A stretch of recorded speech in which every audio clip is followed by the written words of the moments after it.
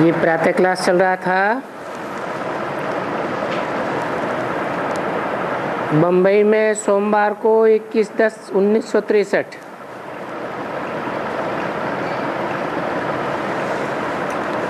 दूसरे पेज के मध्यांत में बात चल रही थी कि तुम बच्चे समझते हो और दूसरों को समझा सकते हो, बिगर समझे तो तुम लिख नहीं सकेंगे। हम गीता के लिए भी कह देते हैं कि गीता को हम झूठी क्यों कहते हैं।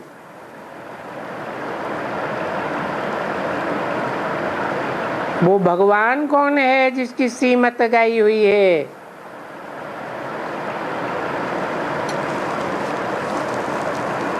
वो तो कह देते हैं श्री कृष्ण। बाप कहते हैं दैट इज रैंग।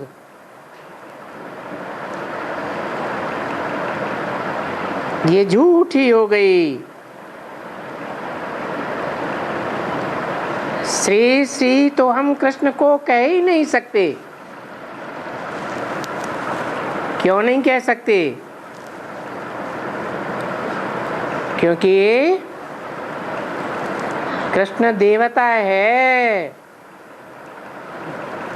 देवताएं कलाओं में बंधे हुए होते हैं, उनके लिए गाया जाता है 16 कला संपूर्ण, संपूर्ण अहिंसक मर्यादा पुरुषोत्तम। जबकि भगवान का ये टाइटल नहीं है, उनके लिए तो गाया जाता है कलातीत कल्याण कल्पांतकारी। श्री कृष्ण को तो उन्होंने द्वापर में दिखाई दिया है। भगवान तो कल्प के अंत में आते हैं।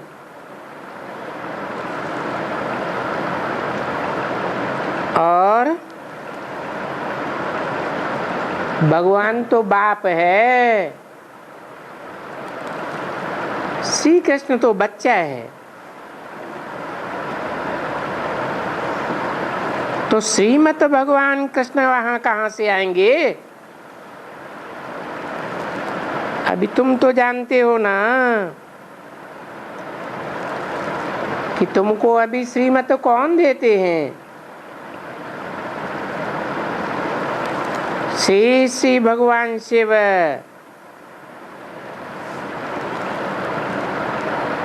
वो कलातीत हैं,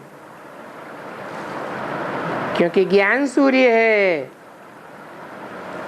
सूर्य को कलाओं में नहीं बांधा जाता।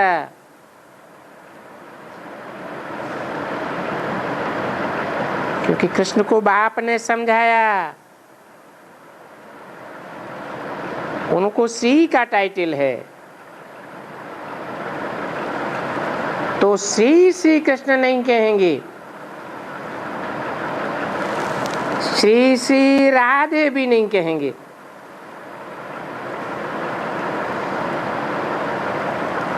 तो इनको कहेंगे श्री श्री। किसको? शिव को कहेंगे या रुद्र को कहेंगे?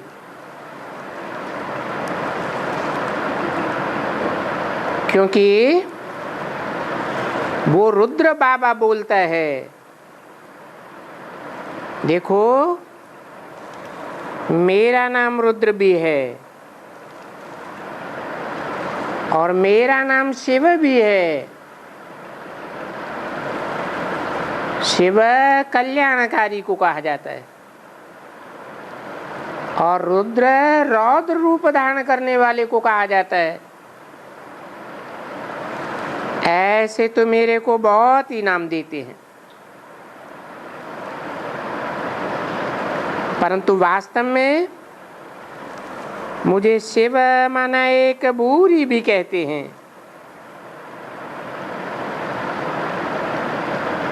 बिंदु नॉट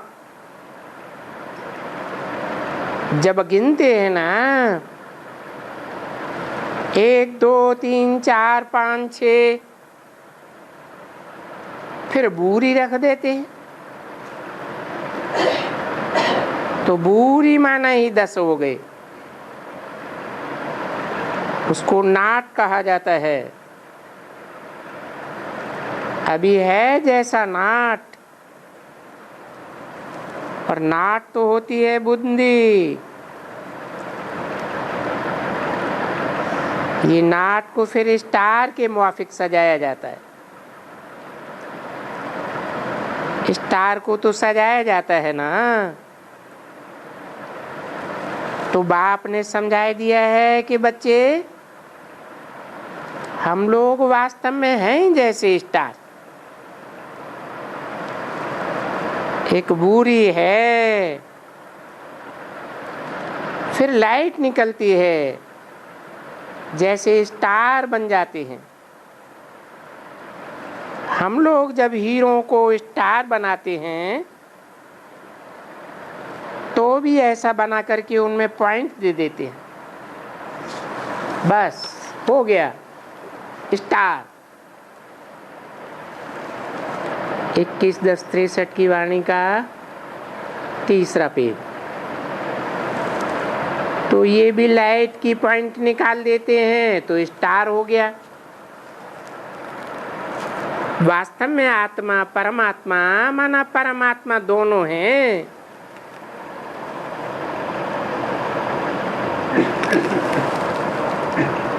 दोनों माने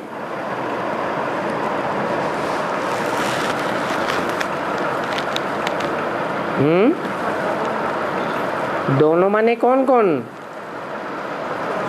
वास्तव में आत्मा व परमात्मा माना परमात्मा दोनों हैं एक जैसे।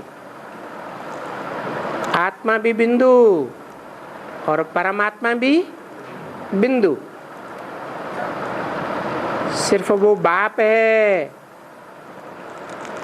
वो रहते परमधाम में है और बाप समझाते हैं। समझाएगा भी तो वही ना, बच्चे थोड़े ही समझा सकेंगे। उनको कहा जाता है बाबा, पिता, गॉडफादर, तो जरूर बच्चे कहेंगे ना। और इतने तो सब मूर्ख हैं, कहते भी हैं we are all brothers, brotherhood. फिर जब हम ब्रदर्स हैं तो जरूर सबका एक बाप होना चाहिए। यूं तो हर एक ब्रदर का एक बाबा अलग है, परंतु ये जो सब आत्माएं हैं ब्रदर्स, उनका तो एक बाप होना चाहिए ना। उसको ही कहा जाता है परम पिता। किसको? जो अनेक बिंदु बिंदु रूप स्टार्स हैं, आत्माएं हैं, उनका एक ही बाप है, परम पिता। फिर क्या कहा जाता है? परम धाम में रहने वाली आत्मा अर्थात परमात्मा। तो अभी समझा? तुम लोगों को किसको समझाने के लिए डिफिकल्टी होगी क्या? जब इतना बड़ा उनको देते हैं तो वो बच्चे बोलते हैं, तो हम किसके साथ किसको याद करें? क्या इनको याद करें? ब्रह्मा को याद करें? ये तो याद नहीं आते हैं, हमने कभी याद नहीं किया।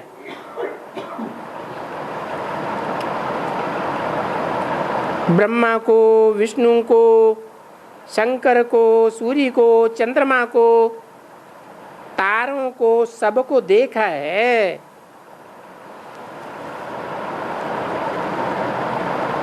तो हमेशा स्थूल को याद किया यानी कृष्ण को याद किया। तो ये हम कैसे याद करें? ये तो कुछ बड़ा है। बाप बोलते हैं मैं वास्तव में इतना बड़ा नहीं हूं। फिर शिवलिंग को इतना बड़ा क्यों बनाए देते हैं? है कोई कारण होगा? कोई कारण नहीं। अरे कान को बड़ा बनाए दें, नाक को बड़ा बनाए दें, शिवलिंग को इतना बड़ा क्यों बनाए देते हैं?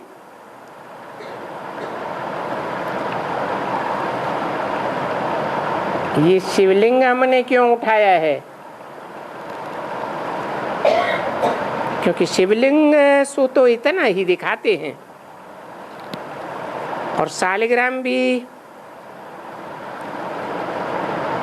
दिखाते तो हैं लेकिन छोटा दिखाते हैं। क्या कारण है? शालिग्रामों को छोटा दिखाते हैं और लिंग को बड़ा दिखाते हैं। हैं तो दोनों स्टार, तो छोटा बड़ा क्यों दिखाते हैं? पार्ट की बात है, उनका बड़ा पार्ट है तो पार्ट तुम्हारा भी ना। देखो सूक्ष्म वतन में शालिग्राम दिखाते हैं, यहां शिव को बड़ा दिखाया है, परंतु वास्तव में तो ऐसे है भी नहीं, क्योंकि है ही स्टार परमात्मा और वो आत्मा, उनको परम कहा जाता है। परम धाम में रहने वाली, और ये जो सभी आत्माएं हैं जो पुनर्जन्म में आती हैं, वो तो पुनर्जन्म में नहीं आता है। समझा ना? अर्थात पुनर्जन्म मिलता ही है यहाँ विश्व में। पुनर्जन्म कोई सूक्ष्म वतन में नहीं मिलता है,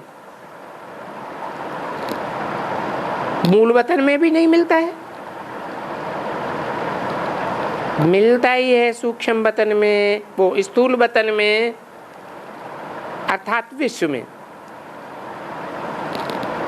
अभी तुम देखो अच्छे बच्चे, मीठे बच्चे, मेरे लाडले बच्चे, ये तुम्हारे सामने कौन बैठा हुआ है? कौन बैठ करके समझाते हैं?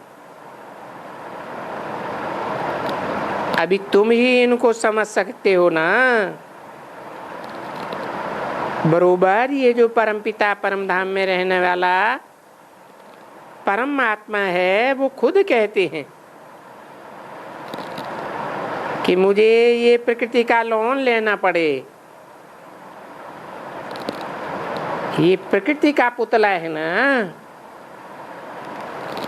नहीं तो मैं भला तुमको कैसे समझाऊं? तुमको हम नर से नारायण कैसे बनाऊं? कृष्ण वास्तव में है ही नारायण, परंतु कृष्ण को नारायण तो नहीं समझते, पर वास्तव में है तो नारायण। यानी स्वयंवर के बाद उनका नाम नारायण रखा जाता है। तो बाप बैठ करके ये सब बातें समझाते हैं। क्या किसका नाम स्वयंवर के बाद रखा जाता है? हैं? कृष्ण का। परंतु स्वयंवर सतयुग में होता है या संगम की यादगार स्वयंवर दिखाया है भक्ति मार्ग में? तो संगम युगी कृष्ण की बात है या सतयुग में बच्चे के रूप में जन्म लेने वाले कृष्ण की बात है?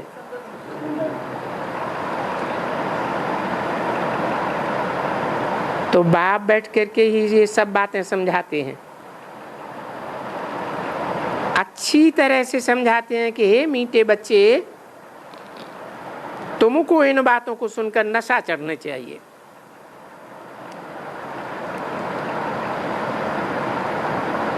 और कोई ब्राह्मण तो इन बातों को समझा ही नहीं सके।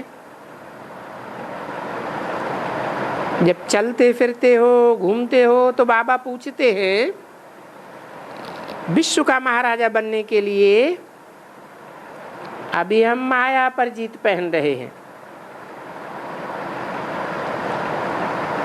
ये भारत नहीं, बॉम्बे नहीं, तुम विश्व का महाराजा जब बनते हो तो ये बॉम्बे नहीं होता है। कब की बात हुई?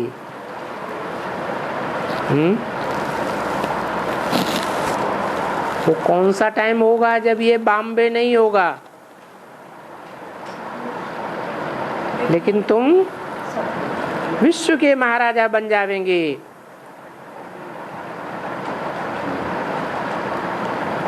टाइम का पता चला है? ये बॉम्बे कब नहीं होगा है? अरे जब इस कल्प का अंत होगा, सभी असत धर्मों का विनाश हो जाएगा, एक सद्धर्म की पूरी स्थापना हो जाएगी, तब फिर ये बॉम्बे नहीं रहेगा। तो ये तो तुम सबको नशा रहता है, बरोबर नशा रहता है या कोई कोई को रहता है? क्योंकि जो जो कोई कोई शंकाओं में होंगे तो उनको ये नशा नहीं चढ़ता है। तुम्हारी महिमा है कि अगर अतीन्द्रिय सुखमय जीवन की अवस्था पूछनी हो तो गोपी वल्लभ के गोप गोपियों से पूछो। गोप और गोपियां और गोपी वल्लभ, ये कौन से युग की बात है? सतयुग की बात नहीं होती है, ये संगम युग की बात है। गोप और गोपी उनको कहा जाता है जो इन गुप्त बातों को समझते हैं। तुम्हारा ज्ञान गुप्त है ना, दुनिया वालों की या और धर्म में कन्वर्ट होने वालों की बुद्धि में नहीं बैठता। वहां सतयुग में तो होते ही हैं शहजादे शहजादी, मालिक होते हैं और राजाई होती है, तो जरूर यहाँ की बात होगी। अतीन्द्रिय सुख पूछना हो तो लिखा हुआ है गोप गोपिकाओं से पूछो। ये फाइनल के समय की बात है।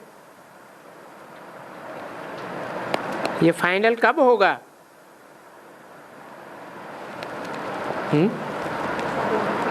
फाइनल एग्जाम होता है ना, फाइनल एग्जाम के बाद रिजल्ट निकलता है ना, कौन पास विद ऑनर हुए, कौन फर्स्ट क्लास निकले, कौन सेकंड ग्रुप के निकले, माला तो बनती है ना। तो फाइनल मालाएं तुम्हारी कब तैयार हो जाएंगी? 18 में?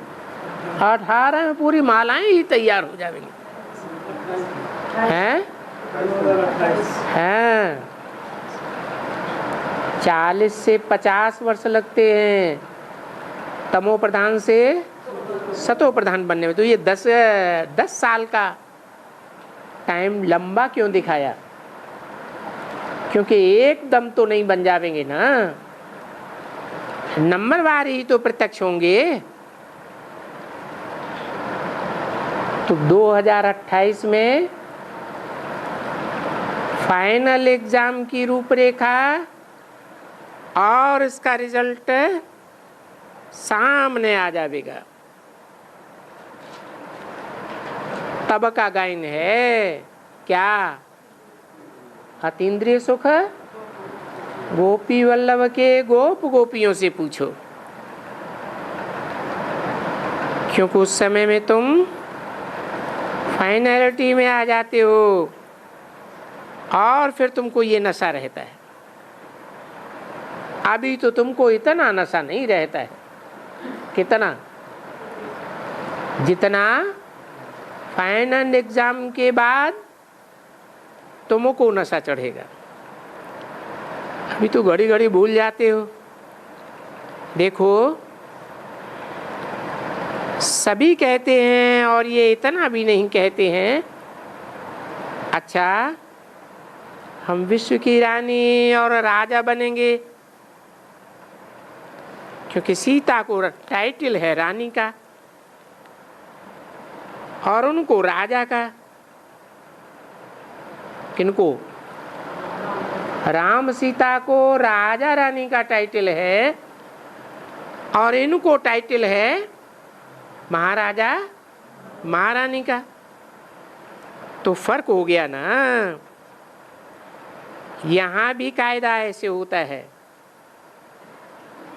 महाराजा महारानी बड़ी, रानी और राजा छोटे। तो ये टाइटल मिलते हैं।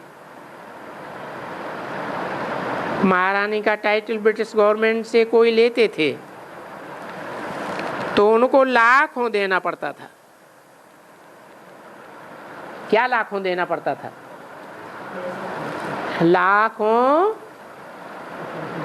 रुपया देना पड़ता था। और यहाँ संगम युग में क्या देते हैं? है लाखों को ज्ञान देते हैं और जिनको जिनको ज्ञान का संदेश देते हैं वो प्रजा तो बन जाती है। जो प्रजा बन जाती है वो फिर अंत में ऊंची स्टेज की प्रजा प्रत्यक्ष हो जाती है। तो देखो, बहुत देना पड़ता है। कम से कम कोई को करोड़ 2 करोड़ देंगे तब उनको टाइटल मिलता था महाराजा महारानी। क्योंकि बाबा इन सब बातों का अनुभवी है ना। जो राजा रानी का टाइटल लेते थे वो 1 लाख 2 लाख 5 लाख जरूर देते थे। और अगर कोई चाहे मुझे कोई दूसरा छोटा मोटा राज बहादुर, तो 10-20 हजार देना पड़ता था। क्योंकि ये बाबा का अनुभव है कि किनको किनको ये टाइटल दिलवाए। समझा ना? वो गवर्नमेंट थी कौन सी? अंग्रेज गवर्नमेंट टाइटल दिलाया था। तो महाराजा महारानी के लिए कोई 10-20 हजार नहीं दिया होगा।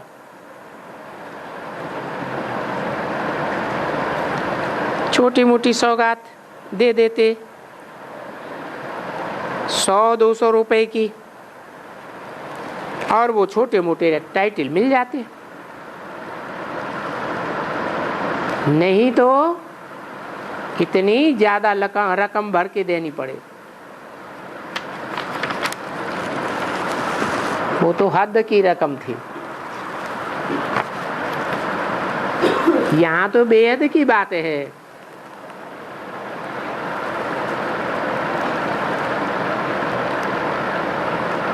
वो भी गवर्नमेंट से अगर कोई माने और पैसा देवे तो क्या नहीं मिल सकता है। 21-10-63 की वाणी का चौथा पेज। जो कुछ चाहे तो गवर्नमेंट दे देंगे। और इस समय में विश्व का तो कोई है नहीं। हाँ, तुम बच्चे बैठे हो, जब कोई दूसरे सत्संग में तो ये बातें होंगी नहीं। तो सत्संग जो पुराने हैं वो तो चले आते हैं द्वापर से। परंपरा का अर्थ ये नहीं है कि सतयुग से चले आते हैं, नहीं। ये सब सत्संग भक्ति मार्ग में शुरू होते हैं। ऐसे तो नहीं है कि भक्ति मार्ग सतयुग से चला आता है। अरे कहते भी हैं ज्ञान और भक्ति, आधा कल्प ज्ञान और आधा कल्प भक्ति, आधा कल्प दिन आधा कल्प रात।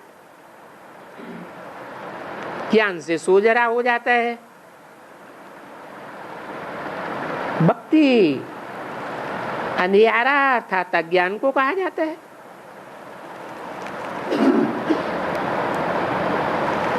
तो जरूर आधा कल्प ज्ञान वालों, उन्होंने तो ये भक्ति नहीं की होगी, पिछाड़ी में है भक्ति। तो वहां से लेकर के ये वेद शास्त्र ग्रंथ वगैरह पढ़ते आए हैं। पढ़ते पढ़ते आ करके अब अंत में तमो प्रधान बने हैं। क्यों क्यों तमो प्रधान बने?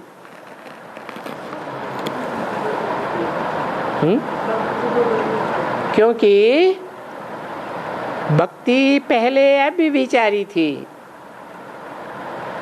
फिर अव्यभिचारी भक्ति से व्यभिचारी बननी है जरूर। द्वापर में पहले अव्यभिचारी भक्ति, पीछे नीचे उतरते उतरते बिल्कुल ही दुर्गति को, तमो प्रधान स्थिति को पाया।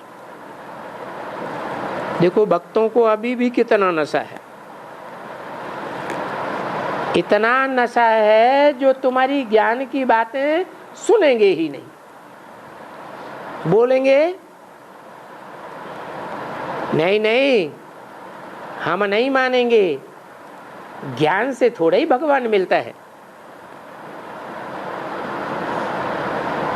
तुम पूछेंगे काहे से मिलता है, कहेंगे भक्ति से भगवान मिलता है। भक्ति से भगवान आएंगे मिलने के लिए, ज्ञान से थोड़ा ही मिलेगा। तो सचमुच जो शास्त्रों का ज्ञान देते हैं उससे भगवान नहीं मिलता है। भक्तों को भगवान मिलते हैं क्योंकि उनको साक्षात्कार कराते हैं। शास्त्र पढ़ने से कभी किसको साक्षात्कार नहीं होगा, परंतु भक्तों को अगर बैठ करके कोई की भी, कृष्ण की या किसी की भी भक्ति, नौदा भक्ति जिसको कहते हैं, उसको कहा जाता है भक्ति। ऐसी नौदा भक्ति करेंगे तो उनको साक्षात्कार हो जाएगा। तो साक्षात्कार करके वो खुश हो जाते हैं।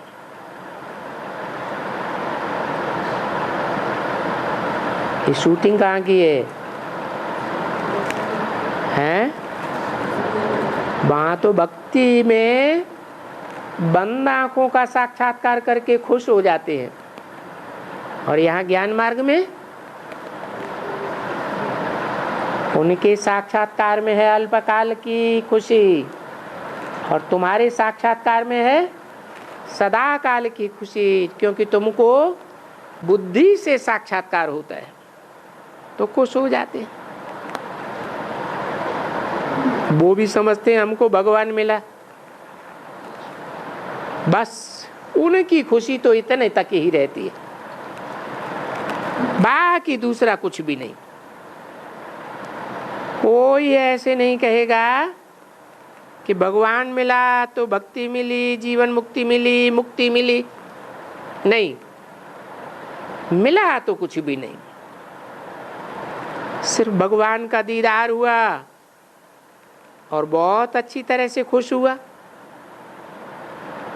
फिर भी बाबा कहते हैं ना, भक्तों को भक्ति करने से साक्षात्कार हो सकते हैं। तुम कितना भी बैठ करके शास्त्र पढ़ो, तुमको किसका साक्षात्कार होगा? क्या शास्त्रों का साक्षात्कार? देखो, अभी तो वो खुद है ना,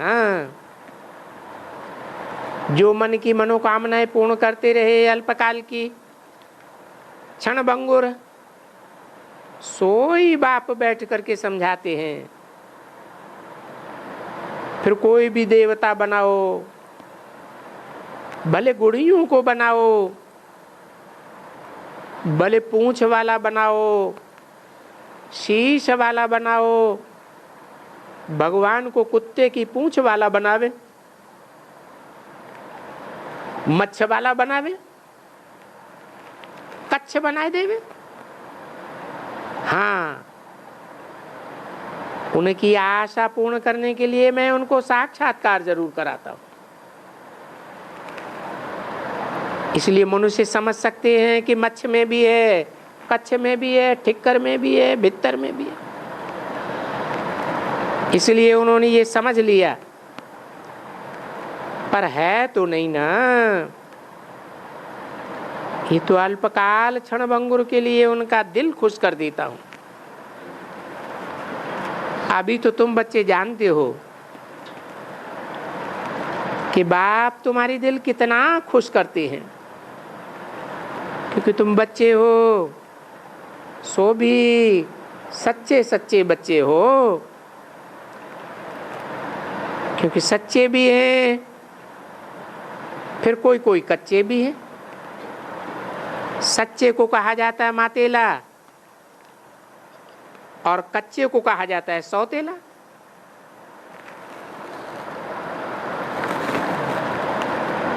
तो मातेला होगा वो प्रतिज्ञा करेंगे और फोटो भेज देंगे और कदम कदम पर श्रीमत पर चलते रहेंगे। कौन? जो पक्का होगा, जो उनसे थोड़ा कच्चा होता है, मातेला भी होता है, तो वो भी कदम कदम पर मत नहीं लेगा। कदम कदम पर मत नहीं लेंगे। बाबा से हर बात कदम कदम पर नहीं पूछेंगे तो वो भी भटकते रहेंगे। कहाँ भटकते रहेंगे? बाबा से अनिश्चय बुद्धि होकर कहीं न कहीं दूसरे रास्ते पर भटकते रहेंगे, फिर गिरते रहेंगे, लंगड़ाते रहेंगे। परंतु नहीं, यहाँ तो सुप्रीम पंडा है। पंडा माने रास्ता दिखाने वाला। ये रूहानी पंडा है। कहाँ ले जाता है? रूहों के धाम में, परम धाम में ले जाता है। और परम धाम से आने वाला परम धाम से आया है, जो कदम कदम पर तुमको श्रीमत देता है। बोलता है मैं आया हूं, पंडा बन करके आया हूं। तुम बच्चों को कहाँ ले जाने आया हूं? मुक्ति धाम और जीवन मुक्ति धाम ले जाने आया हूं। फिर अपने मुक्ति धाम निर्वाण धाम ले जाऊंगा ना, क्योंकि मैं रहवासी ही निर्वाण धाम का हूं। मैं आया हूं तुमको निर्वाण धाम चलने के लिए। इसलिए तो कहता हूं कि हे बच्चे, अपने निर्वाण धाम को फिर से याद करो। और ये सारी दुनिया उसके लिए भक्ति करती रहती है। जीवन मुक्ति के लिए तो कोई करते ही नहीं है। भक्तों को क्या समझाते हैं गुरु लोग हैं? भक्तों को समझाते हैं कि मुक्ति पाना है, क्योंकि उनको तो कोई मत देने वाला है ही नहीं। जो मत देने वाले हैं गुरु लोग, वो सब मुक्ति चाहते हैं। उनमें कोई देवता तो है नहीं, बाकी तो वो सन्यासी हैं, वो तो मुक्ति वाले हैं। अभी वो कहते हैं कि देखो, मैं ही सबको सदगति और गति देने वाला हूं। तो सदगति तो थोड़ों को मिलेगी ना, क्योंकि सदगति का इम्तिहान बड़ा भारी है।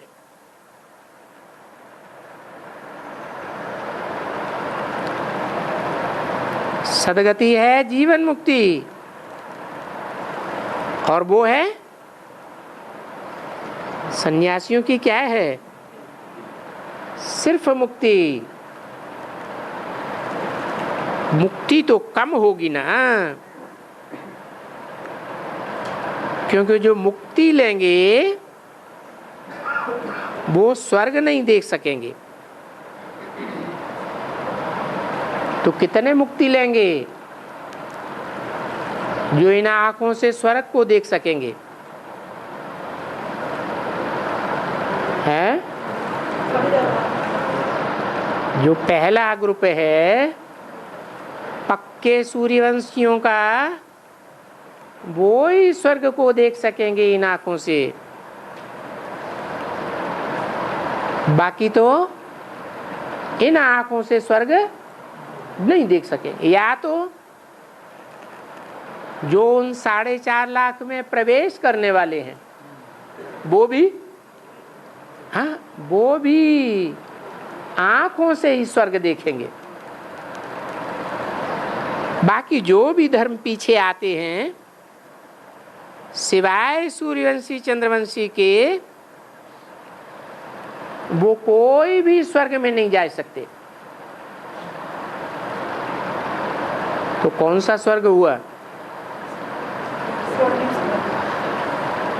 स्व माने स्व स्थिति, ग माने गए, अर्थात जो 16 कला संपूर्ण स्व स्थिति में जाते हैं वो ही स्वर्गवासी हैं पक्के। बाकी सब हैं पक्के स्वर्गवासी या कच्चे स्वर्गवासी। क्यों? क्योंकि जो कच्चे स्वर्गवासी होते हैं, बाद में आने वाली आत्माएं होती हैं, वो और धर्मों में कन्वर्ट हो जाते हैं। स्वर्ग के सुख वो देख नहीं सकते। ये वंडरफुल बैकुंठ है, वो तो नहीं देख सकते।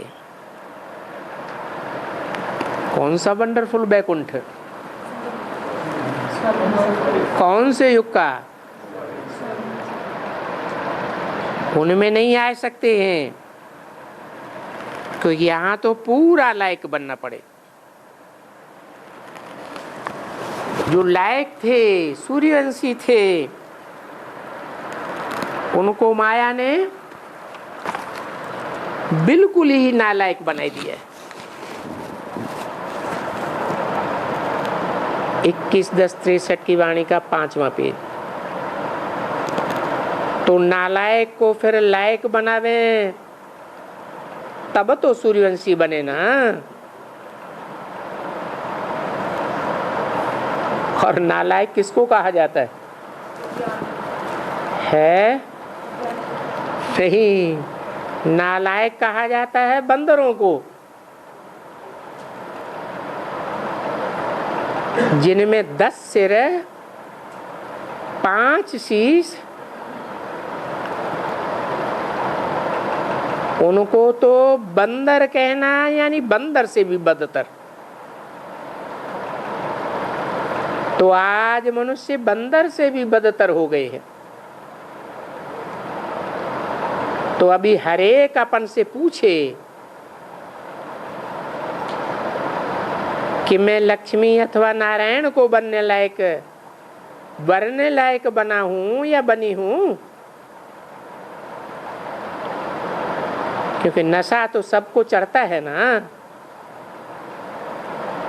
कहते हैं हम नारायण को वरेंगे व लक्ष्मी को वरेंगे। अभी अपनी अपनी शिकल अपने ही दर्पण में देखो। उसको कहा जाता है अंदर का दर्पण। क्या गीत गाते हैं? तेरा मन दर्पण कहलावे। ये वाला दर्पण अर्थात आईना, वो आईना नहीं। बरोबर जानते हो कि लक्ष्मी नारायण को वरेगी, ये तो पक्का जानते हो। अभी हर एक बच्चे पूछते हैं, एक तो नहीं पूछते। बाबा हम भी पूछते हैं, हमारी अवस्था आप समझते हो ऐसी है। जब नारायण को वरना है तो बाबा बोलते हैं तुम अपने दर्पण में मुंह को देखो। ये काम, क्रोध, लोभ, अशुद्ध अहंकार, इन पर तुमने कहां तक भी जीत पाई है? और भी बाकी कौन भूत हैं तुम्हारे में? तो कहेंगे हाँ बाबा मुझे क्रोध आता है। फिर तुम अपने को लक्ष्मी या नारायण को वरने के लायक समझते हो? ये अपने दिल से पूछो, इसमें क्या बात है? तुमको ये सब छोड़ना पड़ेगा। अब इसमें पूछने की तो कोई बात ही है नहीं है। तुम क्या बाबा से पूछेंगे? अपने दिल से पूछो। बाप समझाए देते हैं अपने दर्पण में पूछो कि तुम्हारे में काम का भूत है। भले इस समय तुम कच्चे हो, ये तो बैठ करके कोई पिछाड़ी में पूछा है ना, तब ही हम वर सकेंगे। तो देखो बाबा कहाँ की बैठ करके, और यहाँ तो बाबा खुद पूछते रहते हैं। मेरे लाडले बच्चे, हाथ तो उठाते हो कि हम श्री नारायण को वरेंगे, बोलते हो नहीं नहीं हम रामचंद्र को नहीं वरेंगे। हम माया से हारेंगे थोड़ी, या हम नापास थोड़े ही होंगे। 33 मार्क्स से कम थोड़े ही जाएंगे। ऐसे नालायक बच्चे हम थोड़े ही हैं। क्योंकि जो फेल हुए तो नालायक बच्चे हुए ना।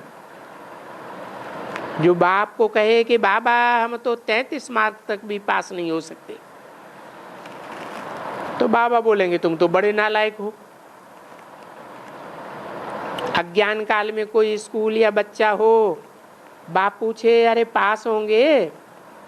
नहीं बाबा हम तो 33 मार्क से भी नीचे चला जाऊंगा।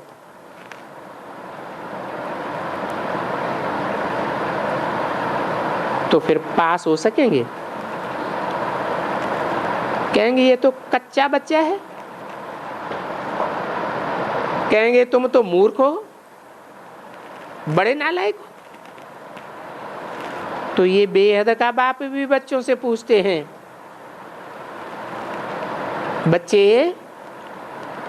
तुम पुरुषार्थ करते हो। देखो, तुम नारायण को वरने के लिए कहते हो, तो अपने दिल से पूछो, अंदर कोई विकार है, काम है, क्रोध है, भले अगर है भी तो मुटाते चलो। कोई भी ऐसा काम करेंगे या कोई के ऊपर क्रोध करेंगे तो कुल कलंकित बन जाएंगे। कुल कलंकित माना ईश्वर को भी कलंक लगाएंगे, ईश्वर को भी कलंक लगावेंगे तो उनके कुल को भी कलंक लगावेंगे। और अगर कुल को कलंक लगाएंगे तो फिर तुम्हारा रजिस्टर ही खराब हो जाएगा और तुमको फिर बड़ा घाटा पड़ जाएगा। तो बिल्कुल ही खबरदारी चाहिए। काम नहीं, कोई क्रोध नहीं, लोभ नहीं, मोह नहीं, ये सभी मिटाना होता है। मंजिल बहुत ऊंची है। आए हैं पढ़ने के लिए हम श्री लक्ष्मी नारायण बनेंगे, तो बच्चे बाप और माँ को फॉलो करो और बहुत मीठे बनो। देखो कितना मीठा, कितना प्यारा शिव बाबा कहते हो ना। तो बाप कहते हैं तुम अपने दिल से पूछो, दिल दर्पण में देखो, तुम इतने मीठे हो, इतने प्यारे हो, तुमको सब कोई ऐसा प्यार करते हैं जैसे मम्मा बाबा को प्यार करते हैं। वैसे तुम्हारे में से कोई ऐसे बने जो उनको प्यार करते हैं। बरोबर ऐसे हैं जिनको बहुत प्यार करते हैं। किसको? जो आप समान बनाने का पुरुषार्थ करते हैं। जैसे बाबा नाम भी लेते हैं, क्या नाम लेते हैं? कुमार का है। तो बड़े धनवान के घर में किले में बैठी हुई है, वहां बड़े धनवान आते हैं, बड़े बड़े सन्यासी कांग्रेस वाले आते हैं, उनके बैठ कर को तो समझाते हैं ना। फिर देखो कानपुर में अच्छी अच्छी गंगे है,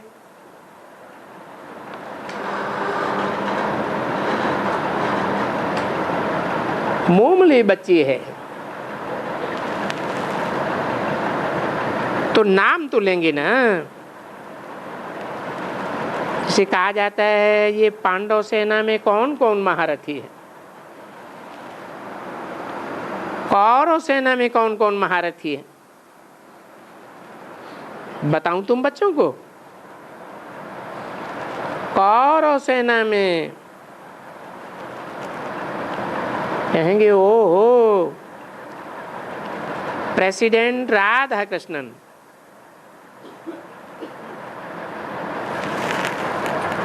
क्या कहा? कौन सी सेना के हुए राधा कृष्णन?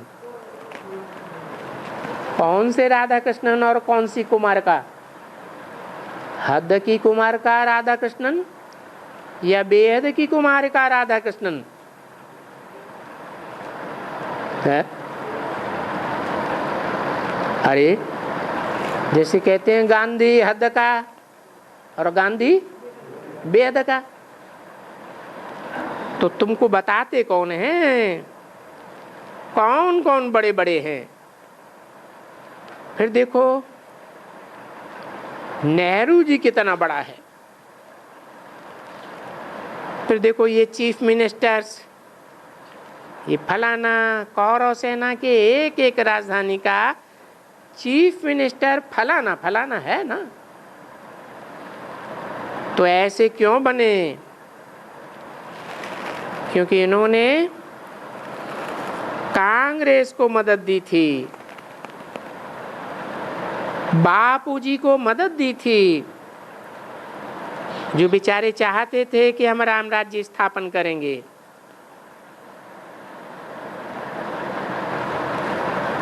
वो चाहता था,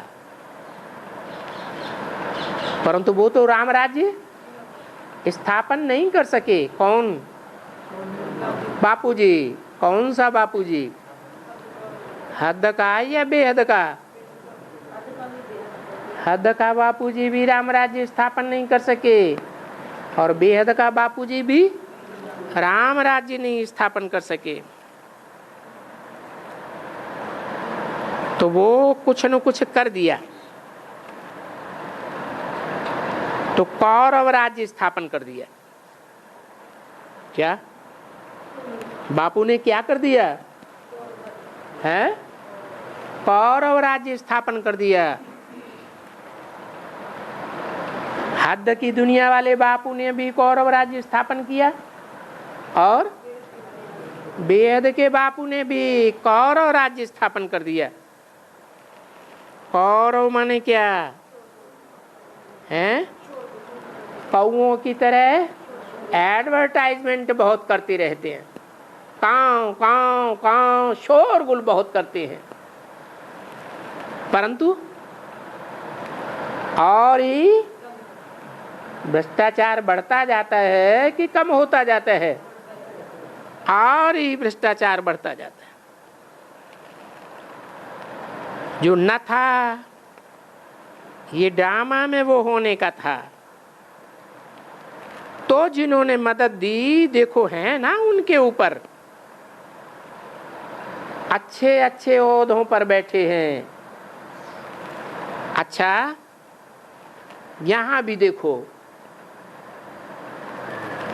पांडव सेना में कौन कौन महारथी है?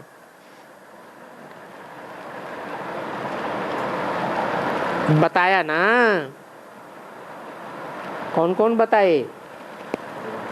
मम्मा है, बाबा है।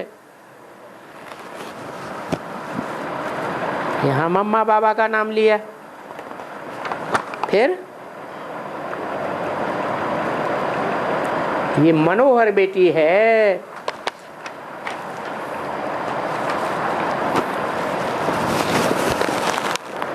ये बहुत अच्छा संभालती है। अभी देखो ये हमारी दीदी आई हुई है। कौन? दीदी के नाम से कौन प्रसिद्ध थी? मनमोहिनी दीदी। ये अच्छा है ना, कितने सेंटर्स को संभाले बैठी है। यहाँ देखो हमारी रतन है, ये देखो देवता है,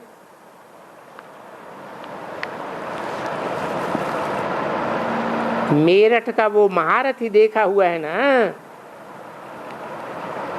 ऐसे ऐसे अभी कितने नाम बताएं, हैं तो सही ना। अभी बात यहाँ की है ना,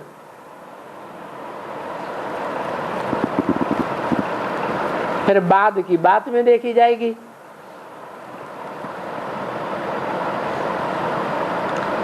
तो देखो यहाँ की बात है, और गीता में क्या लिखा है, भागवत में क्या लिखा है, सभी इनकी शाखाएं बनाई हुई है।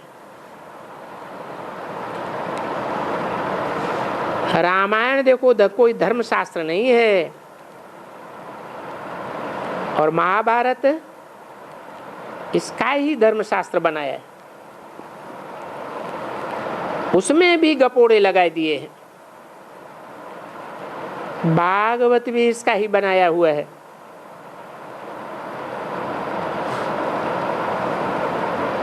अथा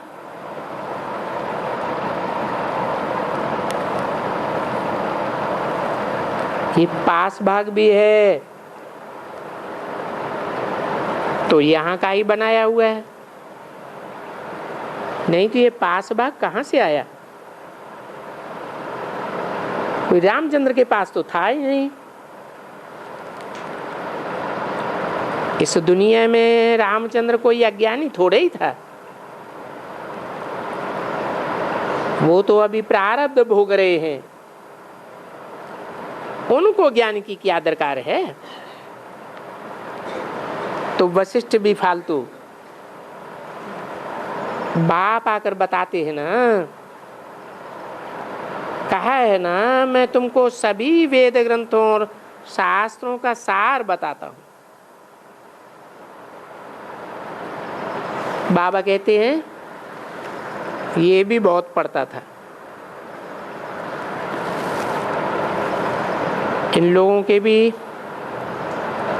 डब्बे में ठीकरी थी और ये भी ठीकर था।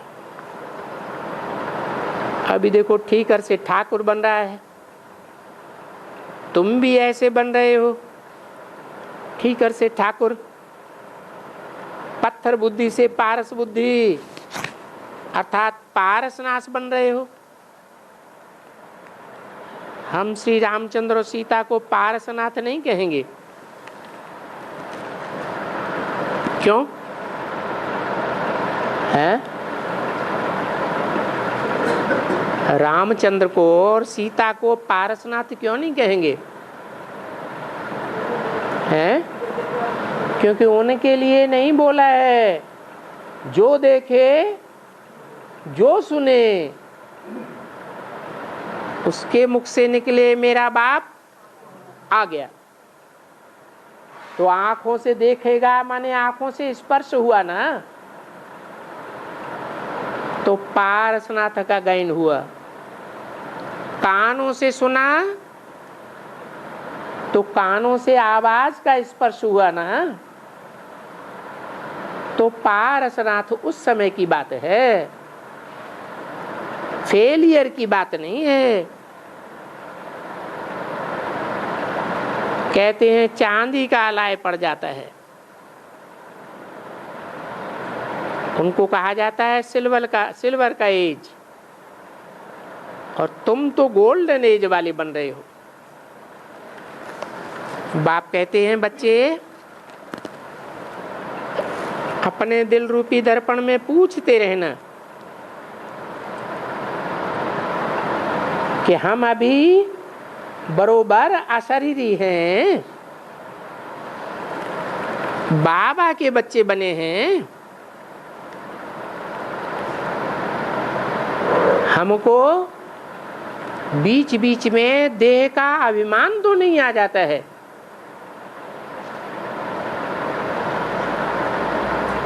देह के अभिमानी हो या देही अभिमानी हो, अपन को अशरीरी समझ करके उठते बैठते, क्योंकि उठना फिरना तो फिर शरीर के साथ होगा ना, परंतु निश्चय तो हो। ऐसे तो नहीं है हमको कोई आत्मा को रियलाइज करना है,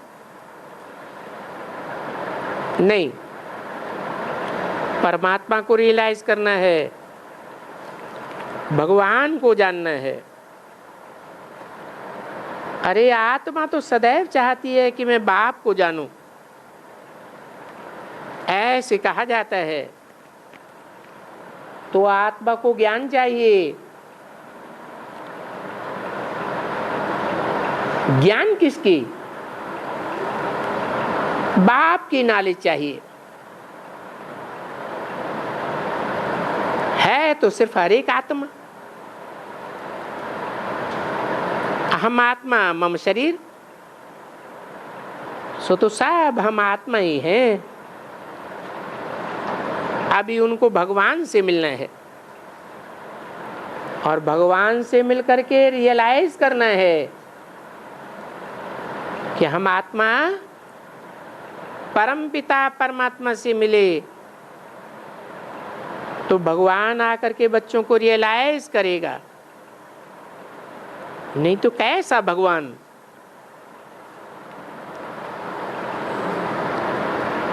अगर भगवान प्रैक्टिकल में ना आवे, शरीर में ना आवे, तो रियलाइज कैसे कराएगा? फिर वो कैसा भगवान है, कौन मानेगा? बाप आए तब बच्चों को आकर के जन्म दे, मुखवंशावली बनावे, मुखवंशावली बनावे, फिर उनको अपना परिचय देवे। देखो तुम मुखवंशावली बने हो, वो ब्राह्मण ब्रह्मा के मुखवंशावली नहीं है। कहते हैं हम ब्रह्मा मुखवंशावली हैं, परंतु उनका ब्रह्मा कहाँ है? तो क्या कहेंगे? सूक्ष्म वतन में, तुम यहाँ कहाँ से आ गए? तो सच्चे सच्चे मुखवंशावली तुम बने हो। तुमको सब परिचय देते हैं, आप तुमको सारा राज समझाते रहते हैं। ओम शांति।